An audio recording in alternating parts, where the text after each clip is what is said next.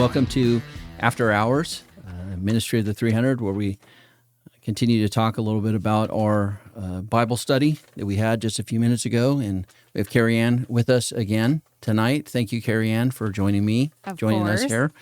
And I can't wait to hear all of your wisdom. Oh, no.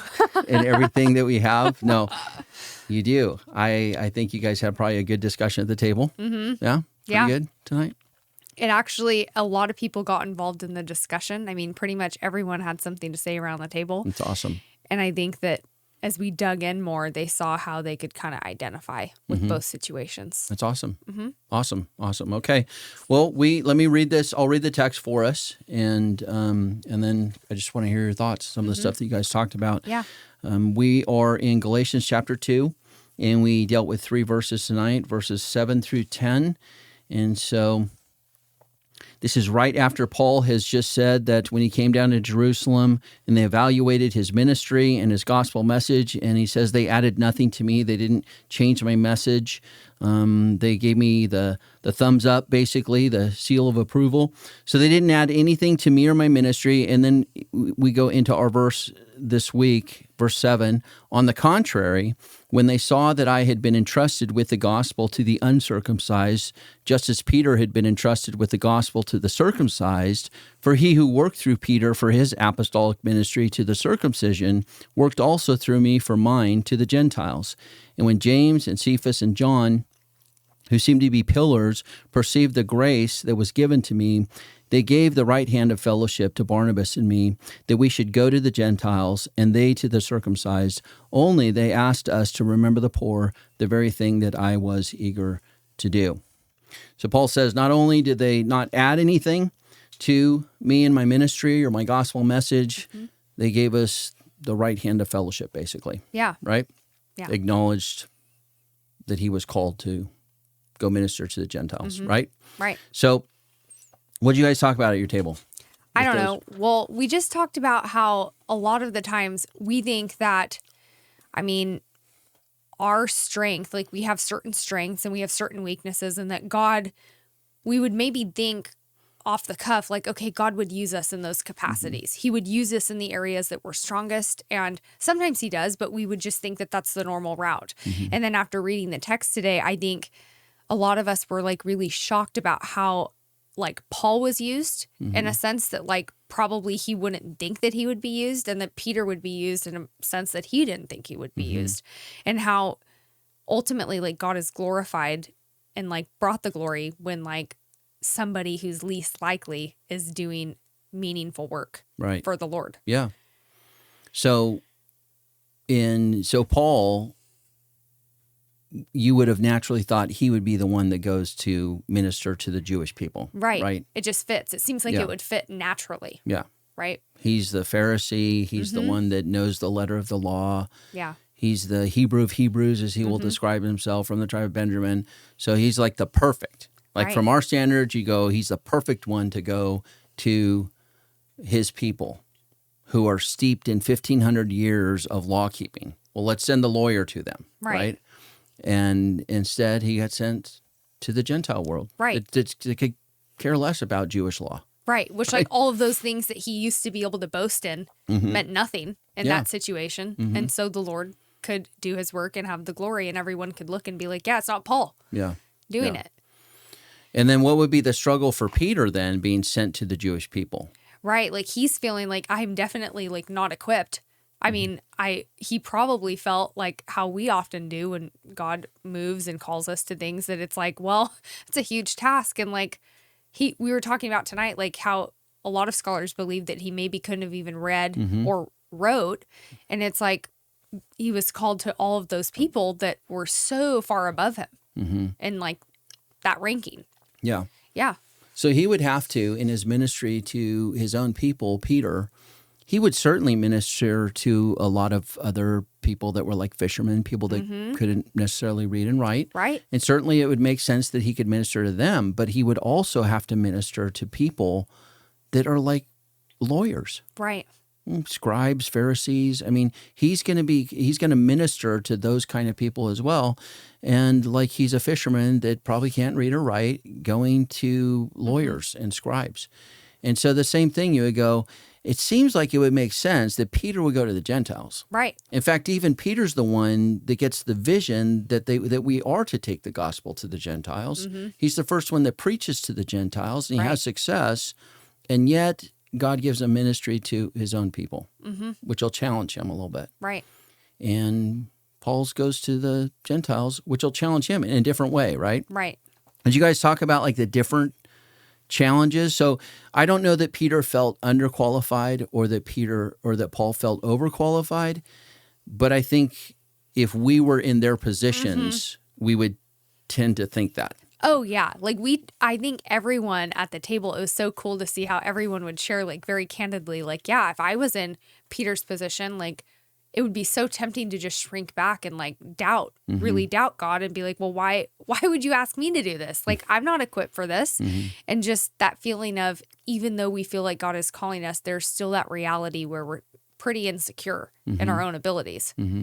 So, and what would Paul's struggle be if you feel overqualified? Yeah, I think that was a huge thing for our group, just talking about like the pride that would rise up, that we believe that in a situation similar in our lives, so much pride would rise up in our hearts, and that it would take so much. It would take only God's grace to humble us through those circumstances, through ministering in that way, to be able to be, not super arrogant and prideful, feeling like we have so much more ability. Why are we ministering to these people when we could be ministering to all these other people? Yeah, I'm not being utilized in the way that I really could be. Right. And it just brings out really ugly. Yeah. In our own lives, it could bring out something really ugly. We don't know if that was happening with Paul, right? But like we definitely know it was happening or could happen to us. Yeah. So. And it certainly seems like at times Paul will wrestle a little bit with that, because you will see him saying and sometimes he will be saying like, I'm the least of these apostles, one that's called, out of time.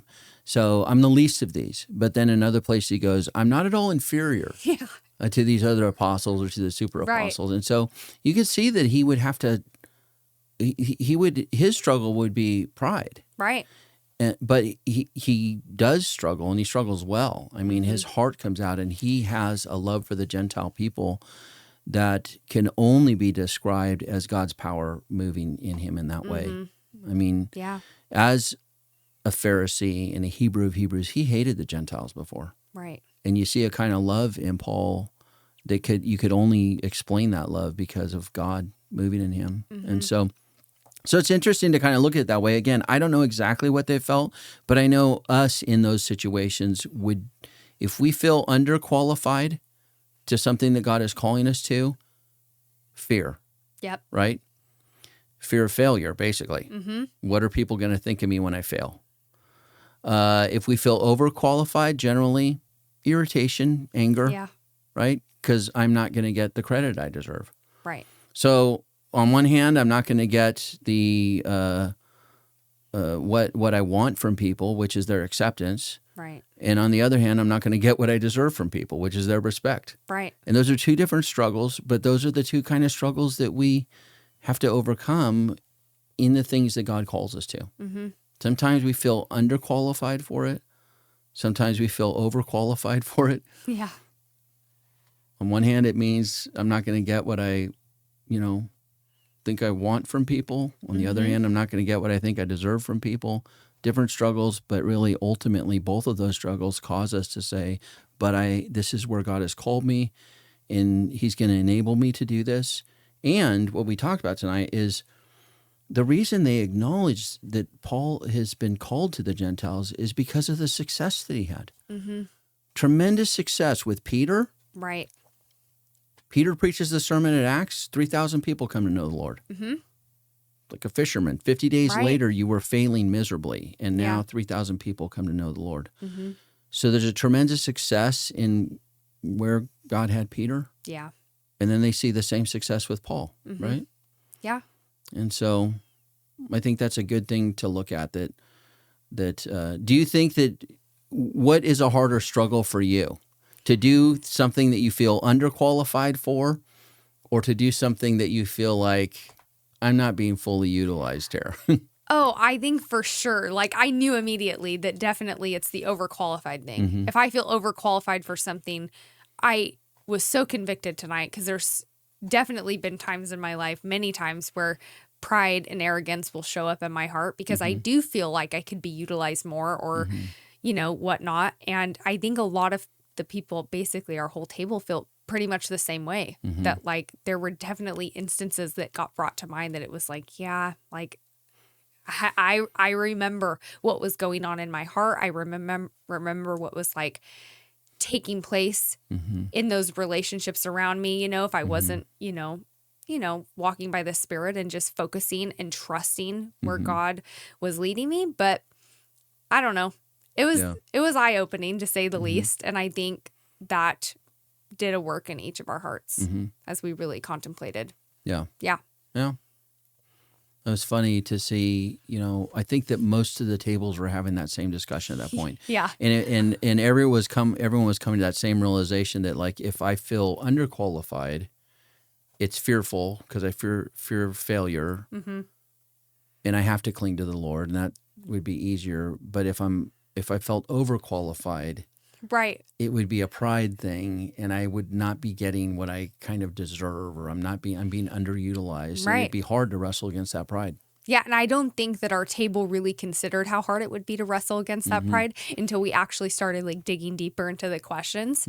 Like, it actually is a huge struggle, and you don't think it is initially, but then when you're placed in that position, you see things in yourself that, like, it's like, yikes. Yeah. Yeah. And I think that's the key, is for us to, we recognize, we talked about in this, the fact that when they recognize Paul and Barnabas' ministry to the Gentiles, and Paul says they gave us the right hand of fellowship. Yeah. That's an acknowledgement that they are ministry partners. Right. That they're ministry partners. And so they're acknowledging we have the same mission. Right. We're ministry partners, but there's also an acknowledgement that they have a different task. Right. That they're going to minister, in Jerusalem, the apostles, Peter, James, and John, I think it was, Peter, the brother of Christ, James, Peter, and John, they're in Jerusalem, that they're going to minister to the circumcision or the Jews. And they also recognize that Paul and Barnabas are going to minister to Gentiles. They have the same mission. They're embracing that we're partners, but we have a different task. Right. And they recognize that those tasks were graciously given to either of them.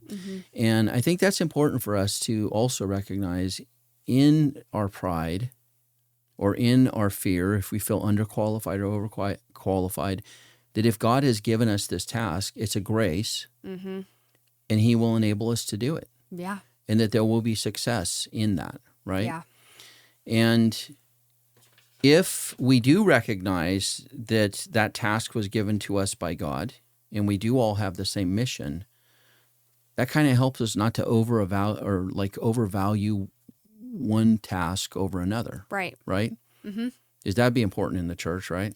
Oh, yeah. Immediately at the table, there were so many different comments about how it's like, oh, yeah, I can look at my task and then be like, wow, look at this other person's task. It just seems so much more important. And it's like, it's so easy to do that and like play the comparison game or think about all of those things where, this seems more valuable or mine doesn't seem as valuable, but we shouldn't be looking at things that way. Yeah. If we're recognizing and trusting what the Lord has placed upon our lives. That if we just viewed it all as a grace. And so within a church, if we could do that, within a church body, if we look at fulfilling the mission that is set before us to go, we all have different tasks, but we have the same mission. I think of a stay-at-home mom. Right. You Right. go, her task is different than a pastor that's preaching on the stage on Sunday, but her mission's the same. Right. To make disciples. Right. Right. And she should be able to find as much, she will need the Lord as much as that pastor. Right. Probably more. Right. But she will need the Lord, just like that pastor will need the Lord to fulfill the task that is given him. But they should both be able to look at each other and go, yeah, we're partners. We have the same mission. Our hearts are for the same thing, but we have those different tasks. And we should find joy then in whatever task the Lord sets before us then. Yeah. So I think that's probably a beautiful place to be in, where we could look around and see that, right? And like see different positions and different realities where people are serving in different ways and look around and see the body operating as it should. Mm-hmm. Yeah. Yep. I think that's the key, right? If you're making coffee on Sunday, I mean, I guess anyone can make coffee, but not anyone can do it with joy. Right. And if you understand that, like, no, everything that God has called us to do is a grace that's given to us. It's going to stretch us in one way. I'm going to feel either overqualified or underqualified, but it'll stretch us in some way. But we all have the same mission. Yeah. And we should joyfully like embark upon that task with that understanding. So, Yeah. All right. Well, again, I did most of the talking, but Nope. I think it's great. I think that I was going to say, like, what do we take out into the week this week? But I think that kind of covers what we take into the week. Yeah. Find joy in what the Lord has called us to. Yep. And recognize that it'll stretch us. Yeah. In what we're called to do, and some of us in different ways. But yep. And we can just appreciate what God has called us to, and also look around us at all the variety of different tasks and appreciate those things too. Yep. Amen. All right. Well, I think that's good. We'll call that a night.